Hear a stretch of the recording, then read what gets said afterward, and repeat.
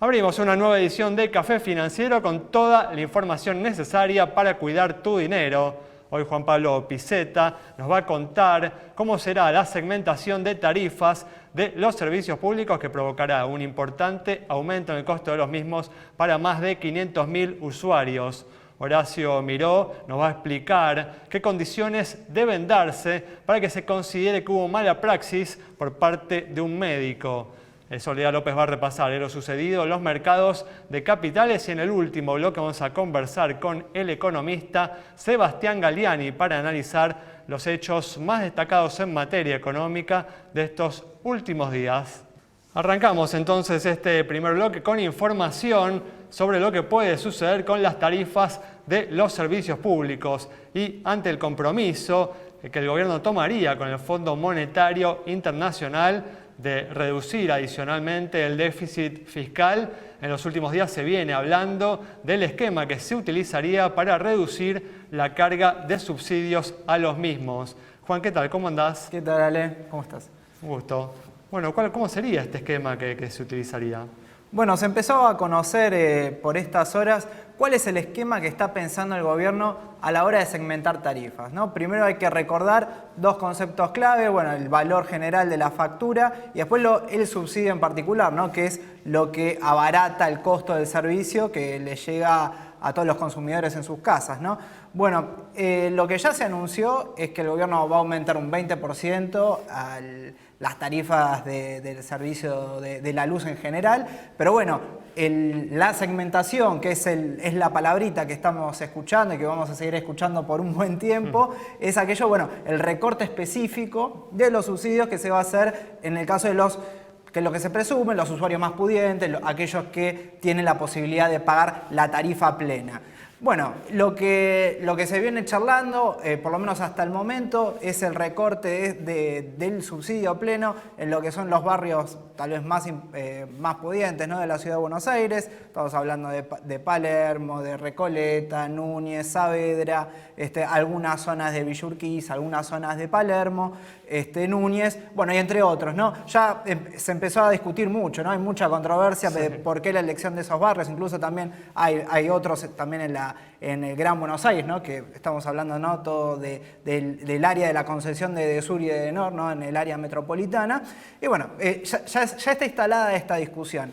Y lo previsible es, como bien decías en la presentación, van a ser en principio 500.000 personas que van a estar sujetas a esta quita de subsidio y este fuerte aumento de los costos del servicio de la luz y del gas, que bueno, se aproximan un 100 y 150%. Pero bueno, acá hay que hacer un asterisco, ¿no? Porque son los primeros análisis que vienen de los funcionarios que son más vinculados a Cristina Kirchner, que son los que están encargados, ¿no? del recorte, de la revisión de las tarifas. Pero bueno, en última instancia siempre va a estar Guzmán, ¿no? Revisando al ministro de Economía, que va a tratar, que tiene la misión de hacer cumplir el acuerdo que él mismo negoció, ¿no? Entonces, ahí la dificultad que se está dando es que con el esquema que está circulando, al parecer no va a alcanzar, ¿no? La quita de el recorte que está previsto en los subsidios no va a alcanzar para achicar el déficit fiscal en esta cuenta. Por lo tanto, lo que todos dicen, ¿no?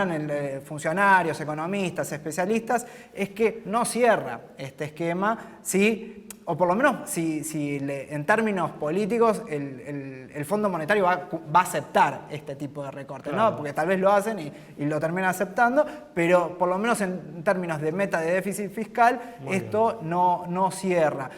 Por lo tanto, todos los que dicen Secretaría de Energía, Enargas, Ministerio de Economía, ¿qué es lo que dicen? Seguimos trabajando en esto. Por lo tanto, lo más probable es que en los próximos días, hasta la próxima audiencia pública, vayan a haber novedades y vaya a haber revisiones en este esquema. Lo que sí tienen que tener en claro, ¿no? Aquellos que ya vieron este mapita, ¿no? Y estos barrios que son los más pudientes de la ciudad y el Gran Buenos Aires, es que al menos van a tener un doble costo del aumento de las tarifas. Por ahora no se sabe qué va a pasar con la tarifa social y no se sabe qué va a pasar con los jubilados. Así que ahí también hay que prestarle atención a qué es lo que puede ocurrir.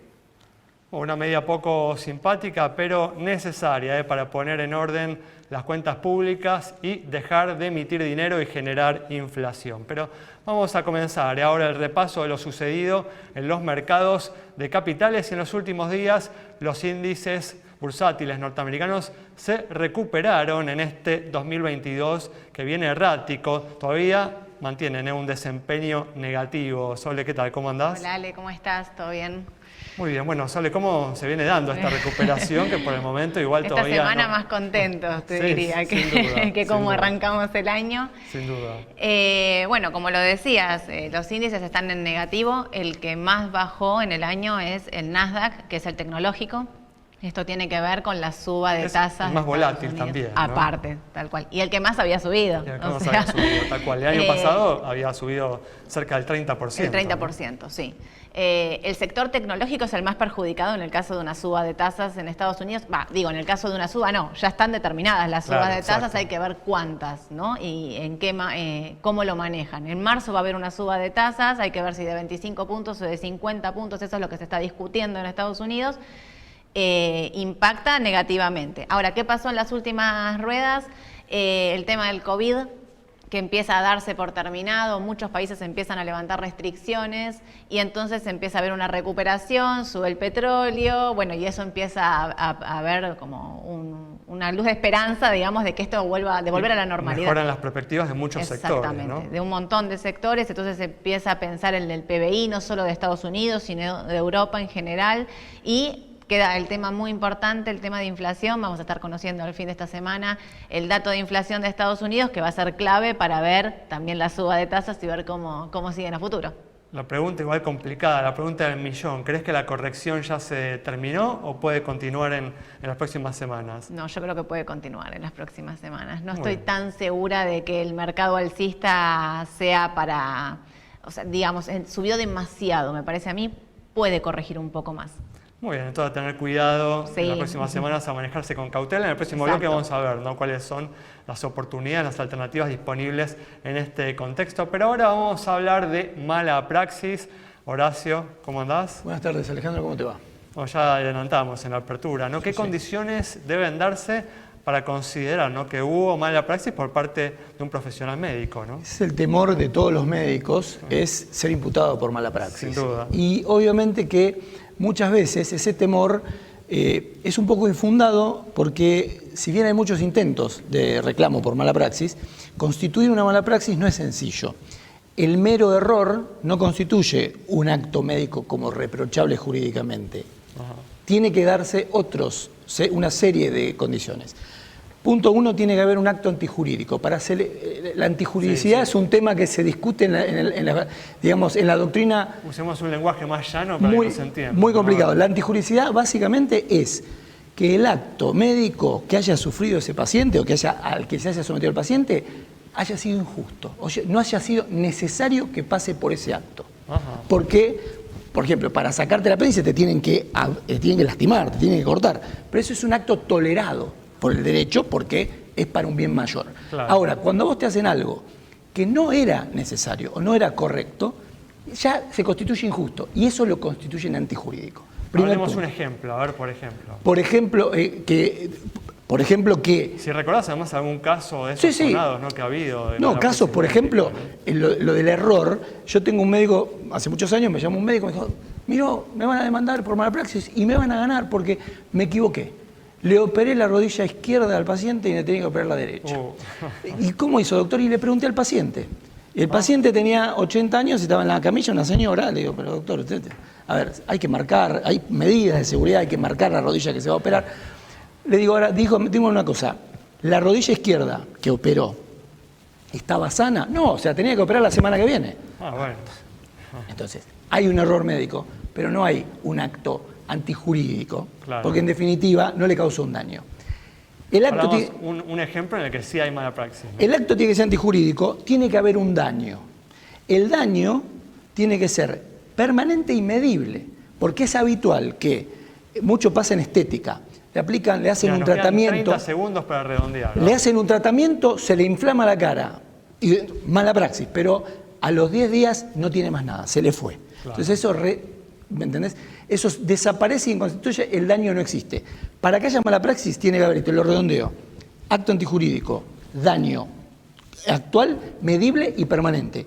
Nexo entre el acto y el daño, y aparte el médico, al haber hecho eso, con daño y todo correcto, Sí. tiene que haber obrado con culpa, para que se le pueda atribuir la responsabilidad, es decir, el deber de respaldar, tiene que haber obrado con culpa, que es imprudencia, impericia, negligencia o inobservancia de los deberes a su cargo. Muy bien. O sea que es bastante complejo, como podrás ver, Sin duda. que un acto sea legalmente posible de reclamarlo como mala praxis. Muy bien, con esta información detallada sobre mala praxis cerramos este bloque. Quédate con nosotros, en instantes regresamos con mucha más información.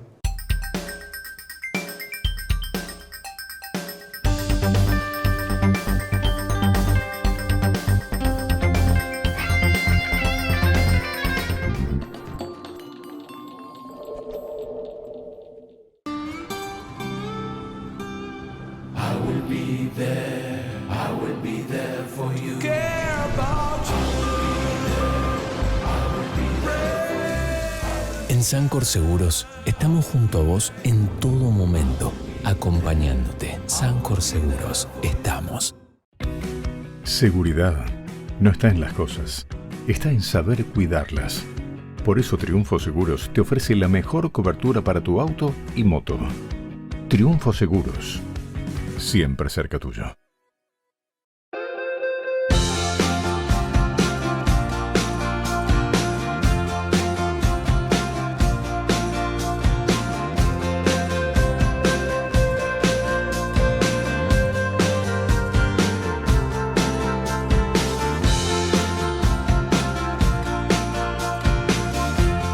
La Perseverancia Seguros. Desde 1905, tu compañía de confianza.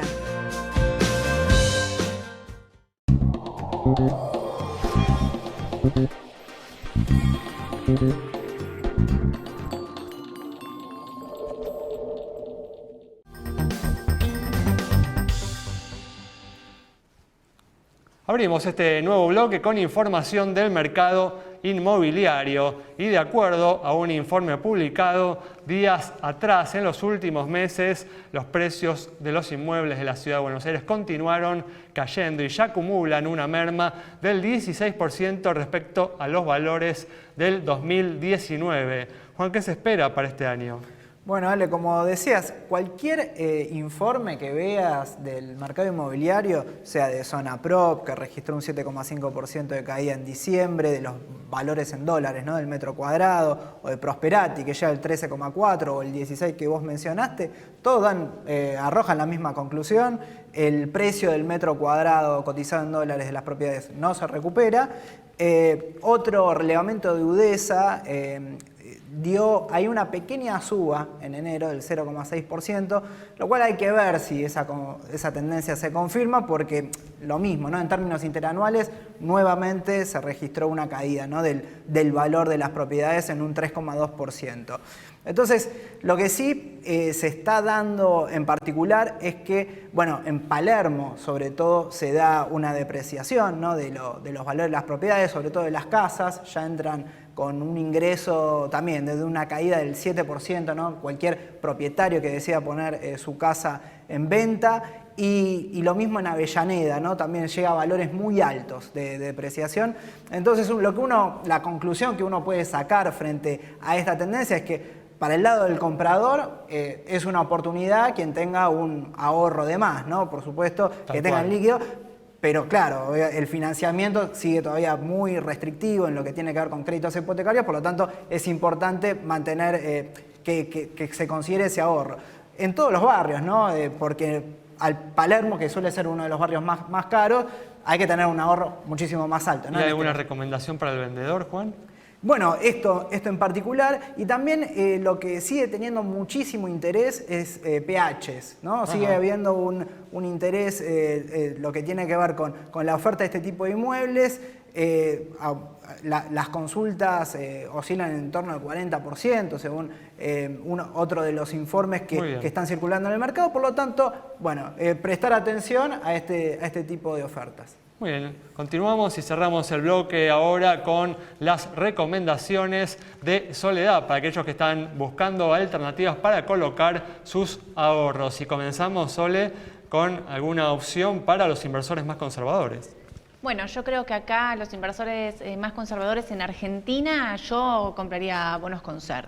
Ajá. Me parece que la inflación va a seguir siendo alta, el gobierno también dijo que va a ser una alta inflación. Los instrumentos que van con la inflación. Exactamente, entonces, a ver, si llegara a haber un acuerdo con el Fondo Monetario, no veo subiendo el dólar o disparándose, con lo cual me parece que una inversión en pesos que encima está atada a la inflación, que va a ser alta, me parece que puede ser una ¿Y buena vas con alternativa. bonos o vas con fondos comunes de inversión? Yo elijo los bonos, prefiero.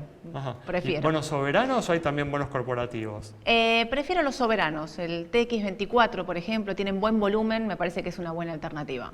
Muy bien, y para los inversores así más atrevidos, ¿qué tenés? Mira, a mí me parece que el sector del turismo en Estados Unidos puede ser una alternativa. Esto, fin de pandemia, Claro. que hablábamos antes, me parece que, y se viene también la temporada alta, ¿no? En Estados Unidos, en Europa, para viajar, me parece, no sé, Airbnb, ¿no? Digamos. Airbnb, ¿no? Sí, Así es su exactamente. nombre en inglés. ¿Y que se puede invertir en esta empresa a través de CDR o hay que invertir? No, hay que invertir directamente afuera, en este sector. Y si no, se puede invertir a través de algunos de estos índices que están disponibles ahora, ¿no? Con Sí, los ETF. exactamente, los ETFs, este no cotiza todavía en CDR acá en Argentina, pero hay un ETF que es todo el sector de turismo, hotelero sobre todo, o acá de reserva de habitaciones y demás, que se llama AWAY. Entonces, a ver, repitamos para aquellos que quieran. AWAY. Muy bien. Me parece que está bueno como para diversificar en ese sector. Para invertir al sector Sí. turístico. Sí. Perfecto. Muy bien. Bueno, las recomendaciones entonces de Soledad López para cerrar este bloque. Quédate con nosotros. Al regreso vamos a estar dialogando con el economista Sebastián Galliani.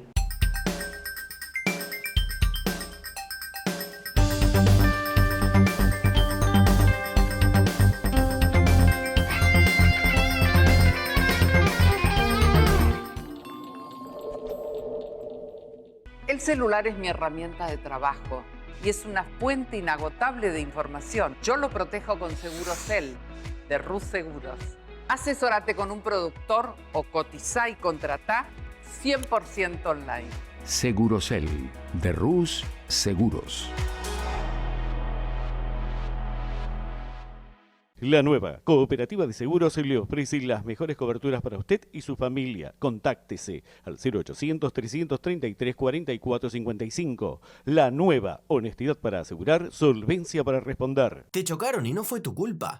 No te preocupes, llegó Autoreclamo. Ingresá hoy mismo en www.autoreclamo.com.ar y nosotros lo resolvemos por vos. Vení a Santiago del Estero, disfrutá del spa termal más grande de Latinoamérica. Conocé el estadio más moderno de Sudamérica. Y en abril de 2022, vibrá con la adrenalina del MotoGP. Santiago te espera. Termas es vida.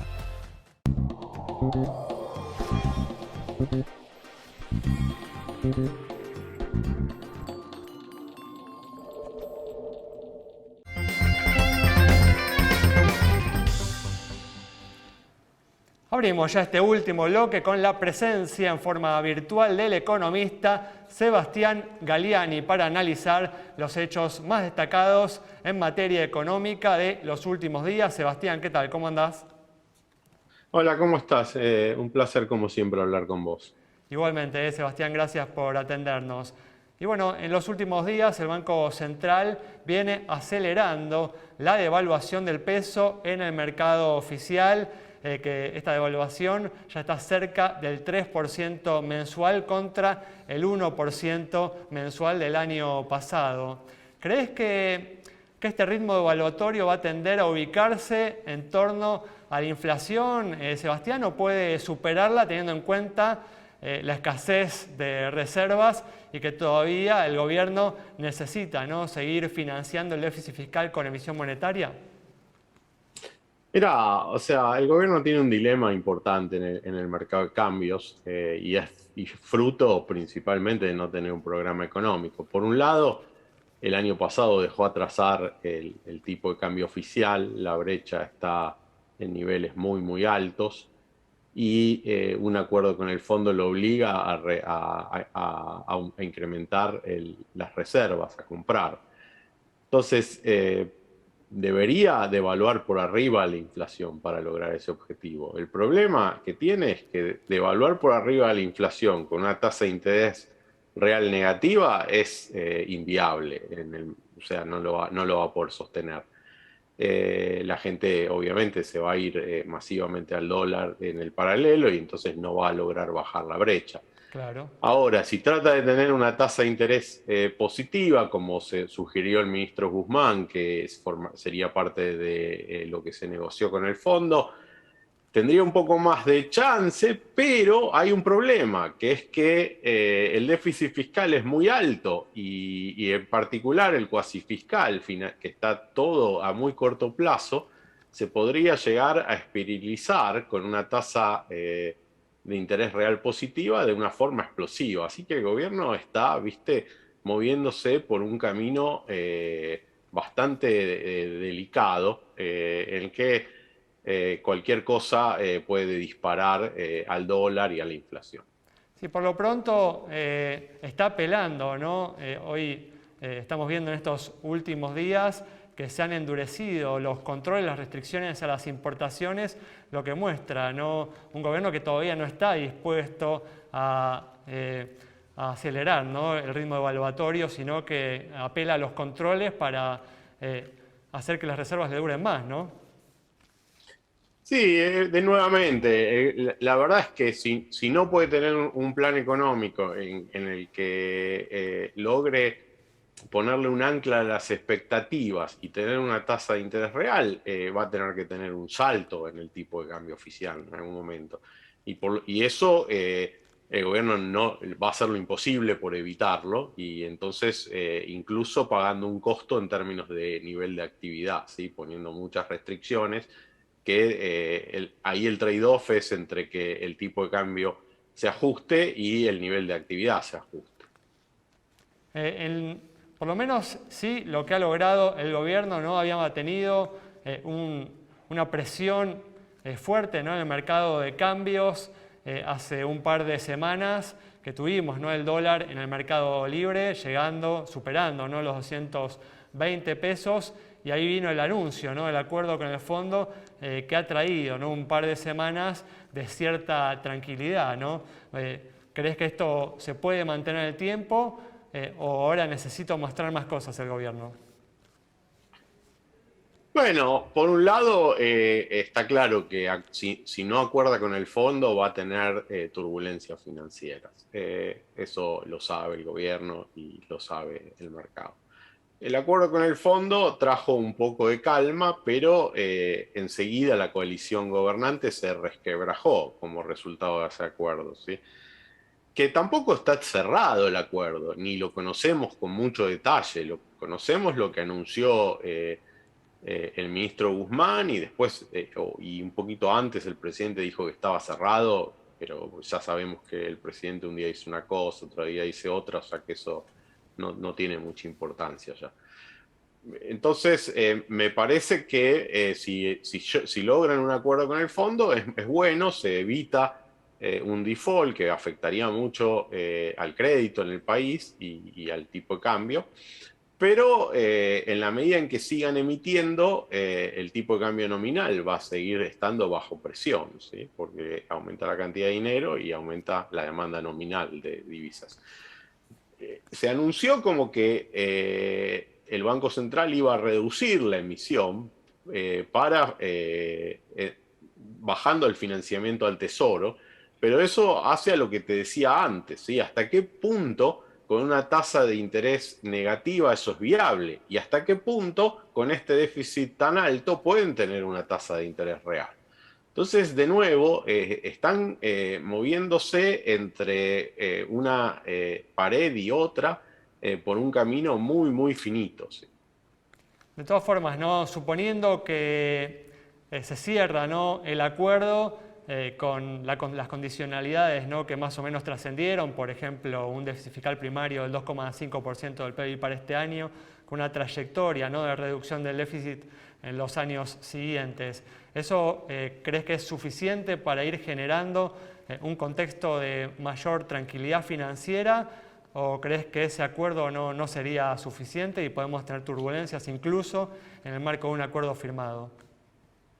Sí, no es suficiente. Es obviamente mejor que no tener un acuerdo, pero no es suficiente porque un déficit primario de 2,5 quizás termine siendo más alto, y aunque no termine siendo más alto, si le sumás los intereses tenés un financiero de 4,5 mínimo, y el cuasi fiscal ya estás en 7,5, ¿sí? Entonces es muy alto, ¿sí? O sea, es muy permisivo el acuerdo. Como mínimo, no es un acuerdo que permita bajar la inflación, ¿sí? ¿Es solo ese el objetivo, no? Porque también uno piensa, necesitamos no solo un acuerdo con el fondo, ¿no?, un plan económico que no solo genere, ¿no?, un ordenamiento de la economía y reduzca las presiones inflacionarias, sino que también genere condiciones para el regreso del crecimiento económico, ¿no?, después de 10 años de estancamiento. Sí, por supuesto. Y eso he notado que se dice mucho. No es solo una cuestión de, incluso dentro de la oposición, tenemos que tener un programa económico que vuelva a hablar de crecimiento y de empleo. Y sí, es así, pero lo que pasa es que mientras el Estado esté quebrado, no hay ningún plan económico que vaya a traer inversión al país. ¿Y quién va a ir a invertir a un país donde el Estado está quebrado, cuando el Estado te puede poner un impuesto, te puede cambiar las reglas de juego para financiarse? Entonces, muchas veces los economistas parece que ponemos demasiado énfasis en lo fiscal y nos olvidamos de lo real, pero lo hacemos en Argentina porque sabemos que hasta que el Estado no sea solvente, no hay forma de tener un plan económico que vuelva a traer crecimiento y empleo al país. Clarísimo, Sebastián. Muchas gracias por habernos atendido. Nos vemos por favor, en otra oportunidad. Un placer. Saludos. Saludos. Cerramos entonces el programa de hoy con el análisis del economista Sebastián Galiani, siendo claro y advirtiendo que cualquier acuerdo con el Fondo Monetario Internacional no es suficiente para estabilizar la economía y ponerla en marcha. Un tema realmente importante y a seguir de cerca. Nos reencontramos los próximos días aquí en Metro.